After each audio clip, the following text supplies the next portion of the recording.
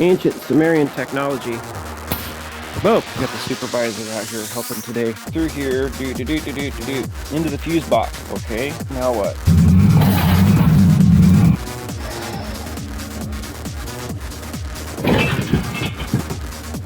Perfect. And we're committed.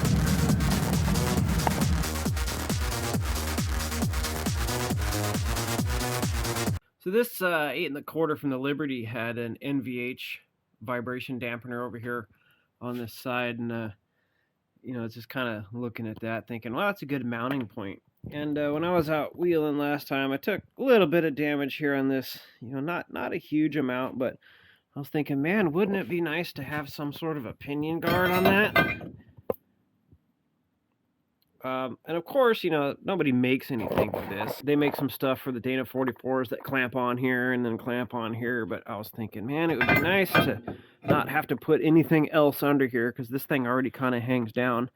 You know, I already have to trim this off. But, you know, there's a lot of bulbousness down here, and I didn't want to add any more of that. So ordered this pinion yoke for the 14 bolt. So this is 3/8. This is the factory bracket for the NVH bulb. I call it a bulb. It's a weight with a rubber thing.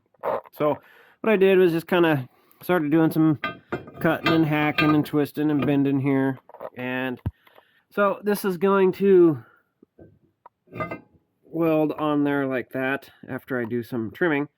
And this is going to add a little bit of rigidity to it here on the top, and also prevent anything from the, you know, like a stick or branch from getting in here. So what I need to do now is get out a clamp and come in here and kind of mark where this needs to go, and then do a little bit of trimming. Well, hopefully this lighting's not too bad. Power's out, running on the generator, of course. So it did some grinding, a little bit of clearancing around this area here to kind of make it around, but it's going to actually sit more like this. The clamp's just kind of holding it there. So yeah, I would have loved to have tacked this in place, but you know, the power's out.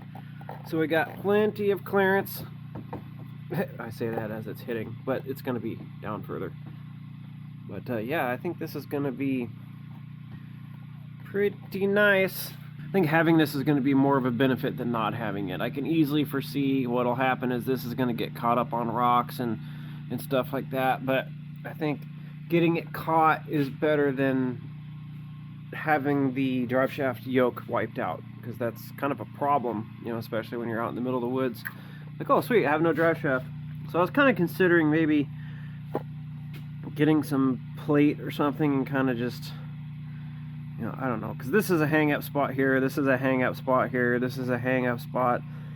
You know, somebody's gonna say, well, just put a Dana 44 in it. Well, I got one sitting over there on the floor, but I'm not really interested in that. I kind of want to just use what I got. You know what I mean?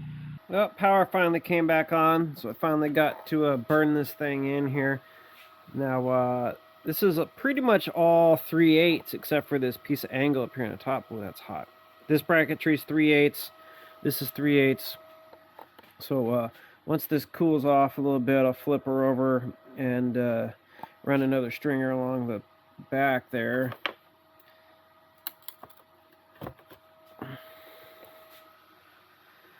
Yeah, so I'm going to figure out where my bolts need to go, and then I'm going to run another pass through here, and then we'll see how it fits. Now, I'm not sure if I'm going to be able to go through here or not, because that particular area is going to be here, so I might just be able to go in the middle. I'm not sure. Got to get it tested up, but yeah, making some progress. Ground a bunch out here to make it fit, but I think this is going to be pretty nice. You know, I mean, obviously it's not going to be bulletproof, but it's going to be better than what was on there before, which was nothing.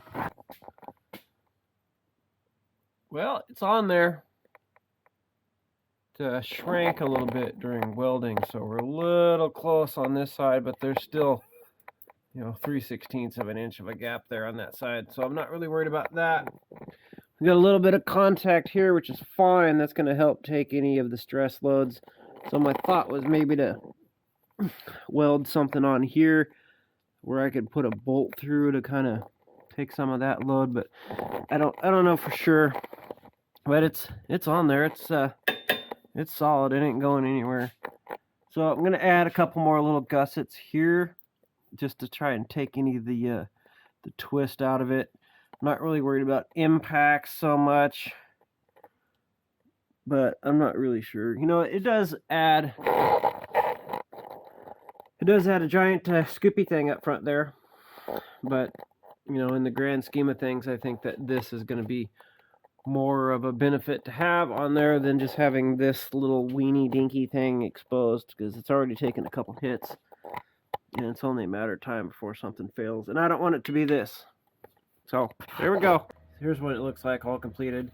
This was just an ear from the shock hoops that I got on the inside left over, just to kind of take a little bit of that sideways load. It's actually contacting down here on the bottom on the housing, which is what I wanted.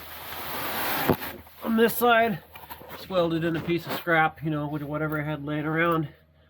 And then down here, underneath, I don't know if we'll be able to see that at all, but I welded in a little piece that actually touches the housing to take some more of that extra shock force. But, you know, there it goes. There it is.